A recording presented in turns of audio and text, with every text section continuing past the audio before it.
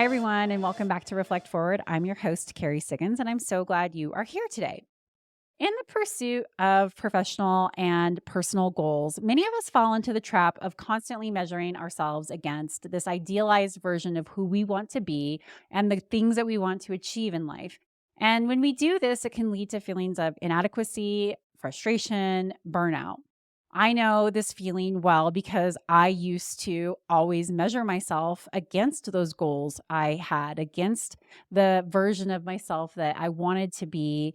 And in those darkest moments in my life when I was really struggling and comparing myself to the potential I had, it just felt awful. It was a really dark place to be. And it was so frustrating because it felt so far away. It felt unattainable. And over time, I started to change my mindset. I started to not be so hard on myself about not achieving all of the things that I set out to achieve as fast as I wanted to achieve them. Because let's face it, like we have to learn, we have to grow. And a lot of times things don't move as fast as we would like. And I started to let go of some of that pressure that I put on myself. And a few years back, I was talking to a mentor about all of the things that I wanted to achieve and how far I still had to go. And he said, success isn't only built on how far you go, but instead it's built on how far you've come. And I really appreciated that because I had come a long way. And in 2006, my life was a complete shit show. Sorry for the language, but it was just such a mess. And I was struggling with addiction, self esteem, hating my life and where I was. And here I had built all this success, but I wasn't giving myself credit for how far I had come. And so I thought that's a much better way to look at it.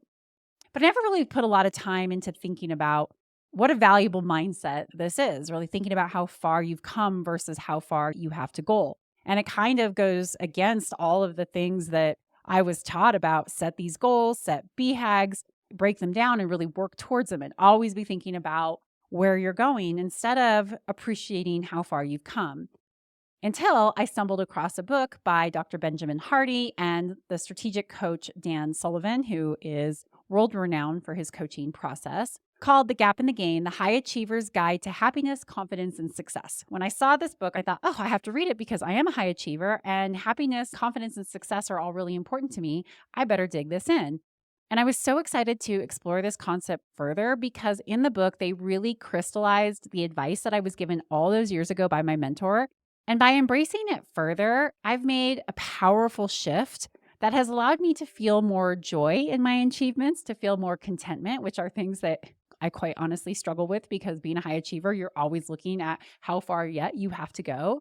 And it's helped me to continue to look at the shortfalls and maybe even my failures as learning opportunities, because let's face it, that's what we're here to do is to grow and learn. And you grow and learn by screwing things up. So I wanted to share this with you in detail because I think it can help you positively shift how you view your progress and success and maybe allow you to not put so much pressure on yourself to achieve this idealized version that you have while not appreciating really just how far you've come. All right, so let's dive into it. The gap refers to the psychological space where we compare our current selves, achievements, and circumstances to this idealized version of where we think that we want to be. And this idealized version can sometimes be based on unrealistic expectations. We set out way too big of goals, although I'm a believer in 10xing everything that you do. But sometimes we set goals that feel unrealistic and we get demoralized when we're not moving fast enough to achieve them. So sometimes it makes sense to break those goals down into smaller bite-sized chunks or to set something that's more realistic so that we aren't beating ourselves up when we don't move as fast as we think that we need to go. A lot of times those ideals are based on external influences such as societal standards. You need to be this way. Comparison is such the root of suffering and we all do it. We compare ourselves to people who we think are more successful and think that we need to be like them. Or that idealized version of ourselves is based on perfectionist tendencies. I am fortunate that I do not have perfectionist tendencies. I am okay with not being perfect and not doing things perfect, but a lot of us have that within us. And it can be very frustrating to move forward when we think that we have to do something perfectly or that we have to do perfect work. And it causes us to feel demotivated or to not even try because we don't think that we can be perfect at it. So that's where the gap really can come in and bite us. It means that you're focusing on the distance between where we are now and where we want to be. And that leads to dissatisfaction, anxiety, self-criticism, negative self-talk, all those things that diminish the quality of life. So I wanted to share a couple of examples of living in the gap. So let's say you want to lose 20 pounds. You lose 10, but you only focus on the remaining 10 you have to go. When you do that, you are in the gap. So despite making significant progress, losing 10 pounds, your attention is fixed on what you still have left to accomplish. And that leads to frustration and a sense of failure. And maybe you even just give up on your weight loss goals. So that's kind of a personal achievement example. So let's take a leadership example. Let's say that you are a leader who sets the goal to improve team morale and increase employee engagement scores within your organization by 20% within a year. After 6 months, you have improved scores, but only by 10%. Like, that's not that bad. But you're still dissatisfied because you haven't reached that full 20%. Because you're living in the gap, you might feel frustrated, focusing on the gap between the current results and your ultimate goal. And that might discourage you from moving forward or give you a sense that you're not doing enough, even though you and your team have made significant strides. So that's what living in the gap is. Sound familiar? Does to me, because I have definitely lived in those spaces often. So now let's dive into the gain. In contrast, the gain mindset measures our progress based on where we started rather than where we have yet to reach. Living in the gain mindset means that we acknowledge and celebrate those improvements, no matter how small they are. This shift allows us to focus on what's been achieved, fostering a sense of satisfaction, motivation, and gratitude. This is a much better place to be. So let's look at these same two examples. Weight loss, personal achievement that you're trying to achieve. If you focus on the fact that you've lost 10 pounds, appreciating your efforts and the discipline that went into it, you are now living in the gain. And this perspective will boost your morale and increases the likelihood that you're going to continue on your program to lose the next 10 pounds. So celebrating those wins, going, dang, I've done it. I did this first 10, I can do the next 10.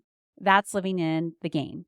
Returning to the leadership example where you want to improve morale and engagement on your team, you are living in the gain if you focus on the 10% improvement that you've achieved so far. When you recognize the positive changes that have already occurred, better communication, higher team participation, successful implementation of your new initiatives and ideas, you can see how much more of a positive mindset this is. And it allows you to really appreciate the progress that you've made. It can boost your confidence and it encourages you and the team to keep moving forward. And this kind of mindset will ripple through your entire team. If you focus on how far you have to go and are dissatisfied with the results, then your team is going to feel that same way too and also lose motivation. But if you say, hey, look at how far we've come, this is great work, let's build upon it, then you're setting the tone for your team to see the positive in the gains that are made and motivate them to keep working towards that goal. So this is a really important concept to understand and so incredibly powerful if you choose to embrace it. So how do you get out of the gap and start living in the gain? Well, the first thing in all problems is to recognize that you have a problem. You need to recognize that you have a gap mindset, and that takes awareness. Start by noticing when you're in that gap mindset. Are you feeling like you're lacking something? Are you frustrated because you haven't arrived at your end goal? Pay attention to your thoughts and your language. Are you constantly thinking about what you haven't achieved or how far you've gone? Or are you grateful for the progress? You are in the gap mindset if you are always thinking about how far you have to go and feeling frustrated and demoralized by it. The second thing to do is to commit to measuring backward, not forward. You don't want to measure your success on how far you have still to go. You want to measure it from how far you've come since you started. Reflect on your achievements, on your growth, on the lessons that you've learned so far. This backward measurement creates that positive feedback, which reinforces the gain mindset. The third thing to do is set realistic expectations. It's very important to set challenging goals, but they've got to be attainable. Unrealistic expectations can set you up for failure and push you into the gap. So it's okay if you set big goals. We have really big goals in this company, but what we do is we break them into smaller, manageable steps, and we celebrate each of those milestones. So whatever you're doing in your life, even if you do want to 10x your life or 10x your business, that's good. You should have that big vision for yourself, but don't forget to break them into small, manageable chunks that you can actually achieve and feel good about achieving, that you can look at and say, man, we nailed that. Look at how far we've come. The fourth thing is to practice gratitude. So gratitude is such an important mindset, and it's incredibly important to stay in the gain mindset. You need to regularly reflect on those accomplishments, on what you've learned, on what you've experienced, and practice gratitude. I keep a journal every day. I use a website called Dabble Me where it sends me an email every day to remind me to journal. And I have a process that I go through, and I end each journal entry with gratitude. What am I grateful for today? And I always make sure that I express gratitude for the lessons that I've learned, the mistakes that I've made, and to appreciate how far I've come in working towards the goals I set out for myself, whether there are big goals or whether it was just for my to-do list for the day. That gratitude really does help you focus on the positive aspects of your journey, and it just makes you feel good. So practice gratitude always. It helps you stay in the gain mindset. The next thing is to surround yourself with positive influences. People you surround yourself with absolutely impact your mindset. They say if you want to be successful, surround yourself with successful people. If you want to live in the gain mindset, then surround yourself with people who encourage and support your growth, who celebrate your achievements, who encourage you to focus on your progress, who celebrate your progress with you. Avoid those people who compare or criticize. They will only bring you down. They will only make you feel bad about yourself and get you into that gap mindset.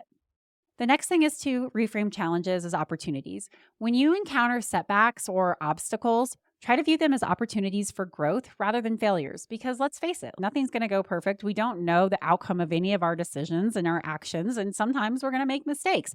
And that's okay. That's how we learn. So when you reframe any setback as an opportunity for learning, you stay in the game because you're focusing on what you've learned and how you're developing and how to overcome those challenges. If you look at challenges and setbacks as negative, like, this is just keeping me from getting my goal and I'm never going to achieve it, then you're living in the gap and you're going to feel frustrated.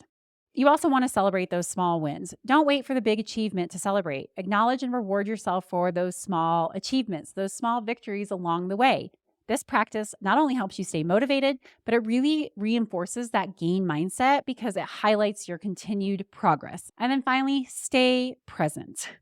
Be in the present moment. The only moment that we have is the moment that we're living in right now. We cannot relive the past, and we cannot predict what's going to happen in the next moment. When you are in the gap, it means that you are overly future focused. While your goals are important and going after them is really important to you, you've got to stay grounded in the present moment because it allows you to appreciate what you are doing right here and right now. And that is all that really matters, is right here and right now, because you do not know what tomorrow is going to bring.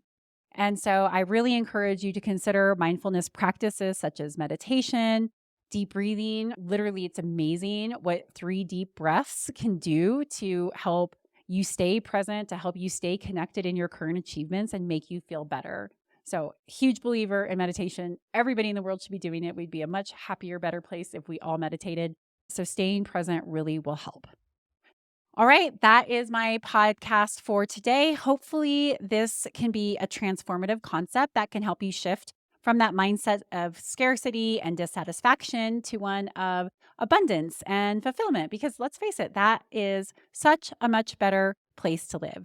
Because when you focus on your progress rather than your shortcomings, it helps you cultivate a sense of gratitude and motivation and sustained success.